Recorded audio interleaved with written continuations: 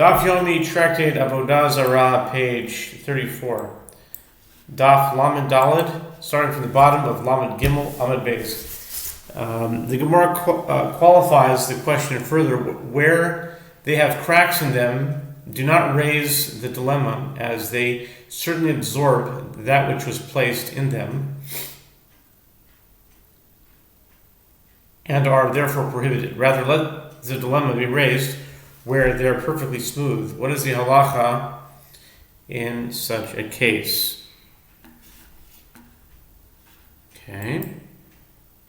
And now we are on 34a, top of the page. Lamed Daled and Aleph. Where's Lahu? Lahu ana chazina lahu dimadaiti v'kev dimadaiti v'adai v'lai v'zirei. My time at Torah ida al kli cheres she'enu yoytzim midei dofno li'olam. I observe that they sweat, meaning they exude liquid from their exterior. And since they sweat, they certainly absorb and are therefore prohibited. The Gemara asks, what is the reason that they cannot be rendered permitted by purging with hot water? It is because the Torah attested, with regard to an earthenware vessel, that substances absorbed in it are never expelled from its walls. The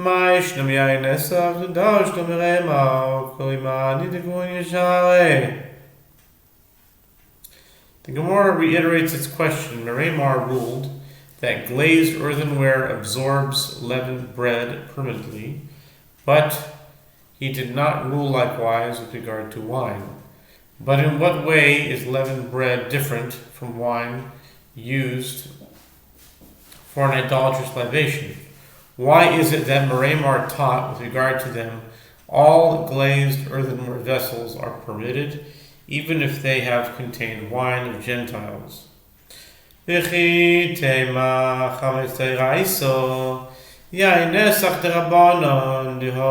Kol ditakun Rabbanon kein deraisa takun. Ze tashmisho b'chamin, ze tashmisho b'tzoinen. The Gemara adds, and if you would say that these cases are different, as leavened bread is prohibited by Torah law, whereas wine used for a libation is prohibited by rabbinic law, that is difficult, but there is a principle that all ordinances that the sages instituted, they instituted them parallel to Torah law. Although this wine is prohibited by rabbinic law, it is subject to the same halachot as leavened bread. The Gemara answers, this one's use is with hot substances, and that one's use is with cold substances. Wine is drunk while it is cold, and is therefore absorbed to a lesser extent than leavened bread, which is often cooked in a vessel. Rabbi Akiva ikla leginzak ve'omene mitanin leshaot mitanin leshaot lo havi b'yidei kankanim shel goyim asurin o mutarim lo havi b'yidei b'meh Shimesh Moshe Kol Shivas Yimei HaMeluim Lo Have B'Yedei. The Gemara relates Rabbi Akiva happened to come to the city of Ginzak, whose residents asked him 3 questions, to which he did not know the answer. First, does one fast for hours, or does one not fast for hours? The answer to the question was not available to Rabbi Akiva. Second, are clay jars, I guess, what was the question there? Can you fast for a few hours? Maybe that was the question. Second, are clay jars that belong to Gentiles permanently prohibited, or can they be rendered permitted? The answer was not available to him. Third, in what garments did Moses serve all 7 days of the tabernacle's inauguration as acting priest when Aaron and his sons were initiated into the priesthood? Moses presumably did not wear the priestly vestments, as he himself was not a priest. Once again, the answer was not available to him. Asa של במדרשה אמרי, הלכסה מתענית לשעות, ואם השלים מתפלל תפילת תענית, והלכתה קנקנים של גויים לאחר 12 חודש מותרים. במה ששימש מוישה שבעת ימי המילואים בחלוק לבן. רב כהנא מתנה בחלוק לבן שאין בו אמרה. Rabbi Akiva came and asked these questions in the study hall. They said to him, the halacha is that one fasts for hours, and if he completed the fast, he prays the prayer of the fast. And the halacha is that the jars that belong to Gentiles are permitted after they have not been used for 12 months. Finally, in what garments did Moses serve during the 7 days of inauguration? He did not serve in his own clothes, nor in the regular priestly vestments, but in a special white cloak. Rav Kahana teaches Moses served in a white cloak without a hem. החרצני מזגים של גויים וכולי. תנו רבנן, החרצני מזגים של גויים להכין אסורים, יבשים מותרים. היילינו להכין והיילינו יבשים. אמר רב יהודה אמר שמואל, להכין כל 12 חודש יבשים. לאחר 12 חודש יבשים לאחר 12 חודש. The Mishnah teaches that residual grape seeds and grape skins that belong to Gentiles are prohibited. The sages taught moist grape seeds and grape skins that belong to Gentiles are prohibited, but tribe ones are permitted. The Gemara asks, which are considered moist and which are considered dry? Rav Yehuda says that Shmuel says grape residues are considered moist for all of the first 12 months after the grapes were pressed, and dry after the first 12 months. It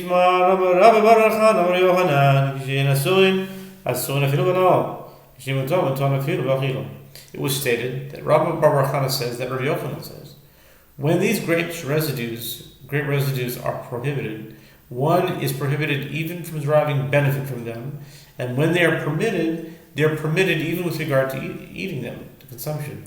Amar Rav Zvid, Hai drudia de chamra de aramae, patar tresa yache shata shari, Amar Chaviv bred Rav Hani gulfe, patar tresa yache shata shari, Amar Rav Chaviv Hani. Rav Zvid says with regard to these yeasts produced from the wine of Arameans after 12 months of the year, they are permitted. Rav Chaviva son of Rava says, with regard to these jugs that belong to Gentiles, after 12 months of the year, they're permitted. Rav Chaviva says, with regard to these, now we turn to 34b.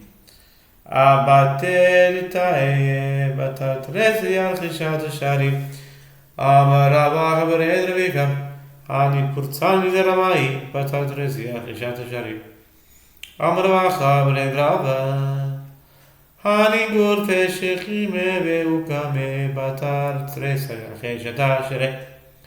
These canteens, with regard to these canteens belonging to Arabs, after 12 months of the year, they are permitted.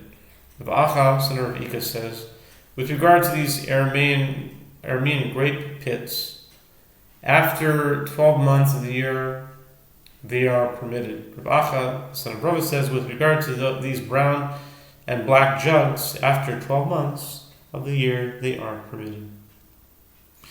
V'hamurayas tanu Rabbanan murayas uman. Mutar Rav Yehuda ben Gamliel Omer Mishum Chanina ben Gamliel Achilach Uman Mutar. The Mishnah teaches that fish stew is prohibited. The sages taught fish stew prepared by an expert is permitted, as professionals do not mix wine in it. Rav Yehuda ben Gamliel says in the name of Chaviv ben Gamliel, Chilak prepared by an expert is also permitted. Tani Avimi Bered Rav Abahu, מורייס ומנותר הוא תולילה והוא אמר לה פעם ראשון ושני מותר שלישי אסור מי תיימה פעם ראשון ושני נבישו מנהיו לא צריך למרמה והוא חמרה מכאן ואילך רמו בהו חמרה. Avimi, the son of Rabbi Abahu, would teach fish stew prepared by an expert is permitted. He would teach this braita that he received through tradition, and then he would say its explanation. The first time and the second time that fish stew is prepared, from a fish it is permitted, but the third time it is prohibited. What is the reason with regard to the first time, the second time, we got to the first time, and the second time, as the fish's oil is plentiful, there is no need to place wine in it. From this point forward, one might place wine in it to compensate for the insufficient fish oil.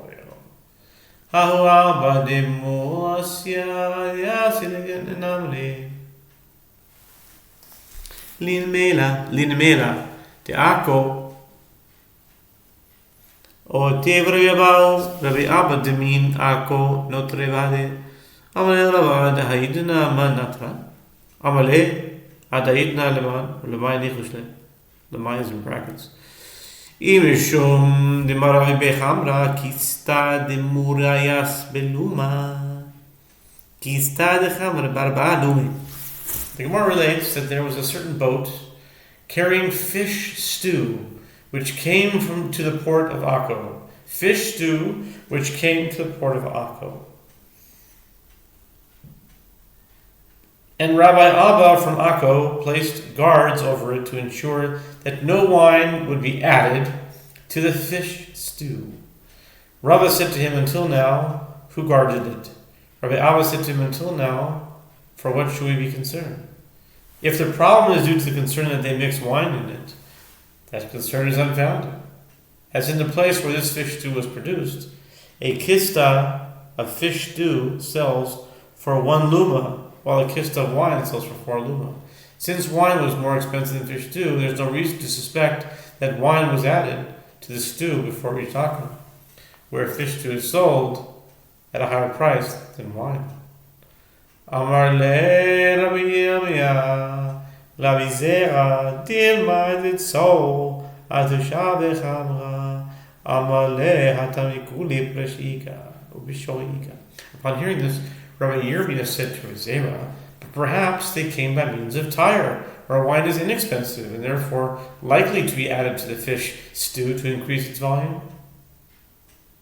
Rabbi Zarah said to him, there, by way of Tyre, there are impediments and melted snow which make travel very difficult, and the boat would not have sailed through that route. Ubevinat beit unyake, amar Shimon ben Lakish, mipnei mas ubevinat unayeki, ושרוב הגלים של אותה עיר נשחטים לבן זרע. בעיה איך אוהב הגולים, אפילו מירדמי, תרמר חי יש למיעוטו. The mission teaches, and cheese of Beit Unyaki is prohibited. Rabbi Shimon ben Lakish says, for what reason did they prohibit deriving benefit from the cheese of Beit Unyaki? It is because most of the calves of that city are slaughtered for the sake of idol worship, and the milk curdled in their stomach contents is prohibited. The Gemara asks, why does this explanation specifically mention most calves? Even if a minority of calves are slaughtered for idol worship, this would also be reason enough. As Rabbi Meir, who is a ton of unattributed opinions in the Mishnah, is generally concerned about a minority. The Gemara explains, if you say that the reason for the prohibition is due to a majority of calves slaughtered for idol worship, and despite the fact that the majority of animals in general used to curdle cheese are not slaughtered for idolatrous purposes, there are nevertheless a minority of animals altogether, meaning the majority of calves that are, and this minority of calves are cause for concern according to Rabbi Meir.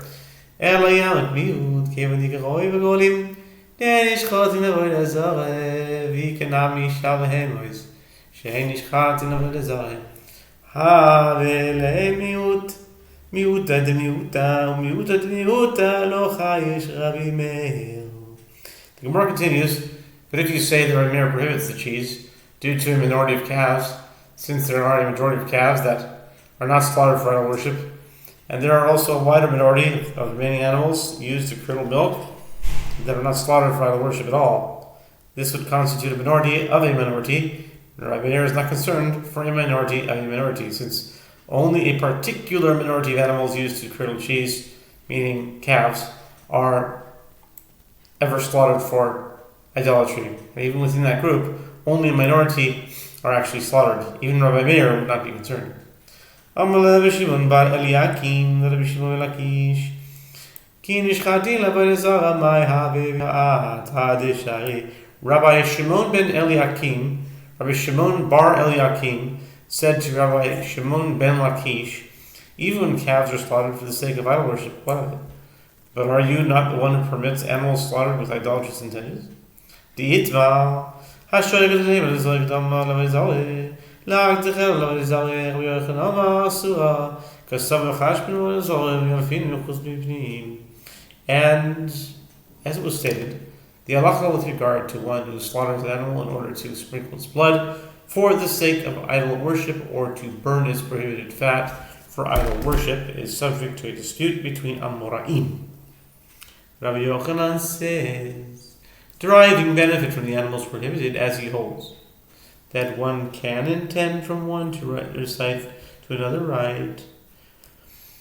In other words, idolatrous intent while slaughtering an animal renders it prohibited, even if the intention pertains not to the slaughter itself, but to the sprinkling the blood or burning the fat. And he maintains that we derive halachot concerning intent outside the temple from the halachot concerning intent inside the temple, since such intentions, at the time of slaughter, rendered an animal prohibited within the temple, they render it prohibited outside the temple as well. With regard to idol worship, Rabbi Shimon ben Lakish says it is permitted.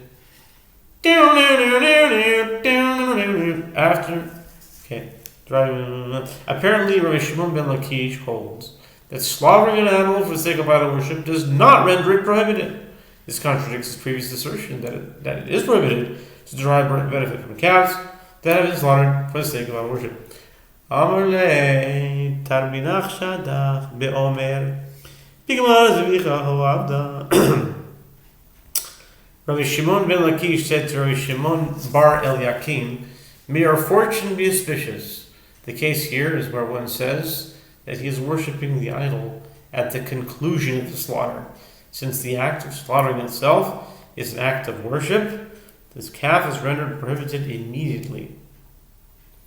Amar Yehuda sha'al Rav Yishmael, Amar Rav Chadvoi, Amar Rav Chadash, Beferish Shora Niskal, Mekudeshes, Beferish, Egle Avodah Zarah, Einu Mekudeshes, Iboy Zema, Seva Rav Iboy Zema Kol.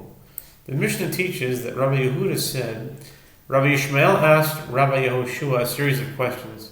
The Gemara notes that Rav Chadvoi says with regard to one who betroths a woman by giving her the excrement of an ox that is to be stoned. Romantic. The woman is betrothed. You had my heart with that wonderful whatever. The woman is betrothed, provided that the excrement was worth one pruta. Although no benefit may be derived from the ox itself, it is permitted to derive benefit from its excrement. But if one attempts to betroth with the excrement of calves that are used as offerings of idol worship, she is not betrothed, as even their excrement is forbidden. The Gemara remarks, if you wish, propose logical reasoning, and if you wish, cite a verse to substantiate this claim. The Gemara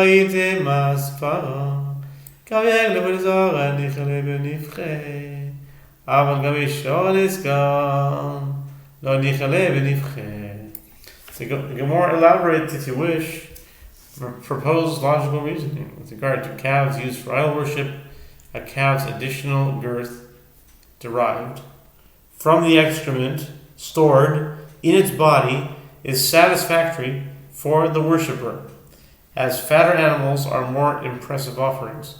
Since the excrement is part of the offering, it is also forbidden. But with regard to an ox that is to be stoned, its additional girth is not satisfactory for the owner, as he gains nothing from it. If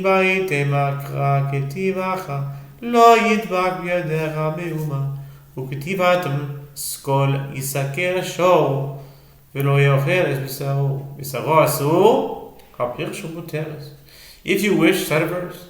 It is written here with regard to an animal used for idol worship.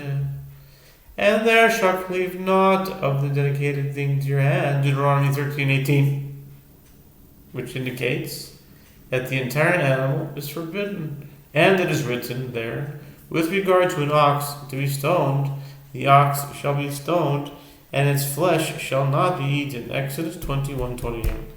This teaches that its flesh is forbidden, but its excrement is permitted.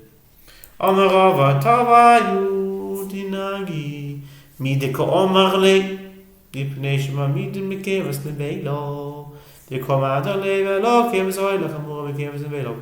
Rava said, we learn both of these halachot from the Mishnah. He elaborates, from the fact that Rabbi Yehoshua said to Rabbi Ishmael that cheese of Gentiles is prohibited because they curdle in the stomach contents of an unslaughtered animal carcass, one can derive the halacha of the excrement of an ox that is to be stoned. The reason is that Rabbi Ishmael responded to Rabbi Yehoshua, but isn't the stomach of a burnt offering subject to more stringent halacha than the stomach of an unslaughtered animal carcass? And yet, one may not derive benefit from the stomach of a burnt offering ab initio. If one did derive benefit from it, he is not liable for misuse of property consecrated. If one did not derive benefit from it, he is not liable for misuse of property consecrated to the temple.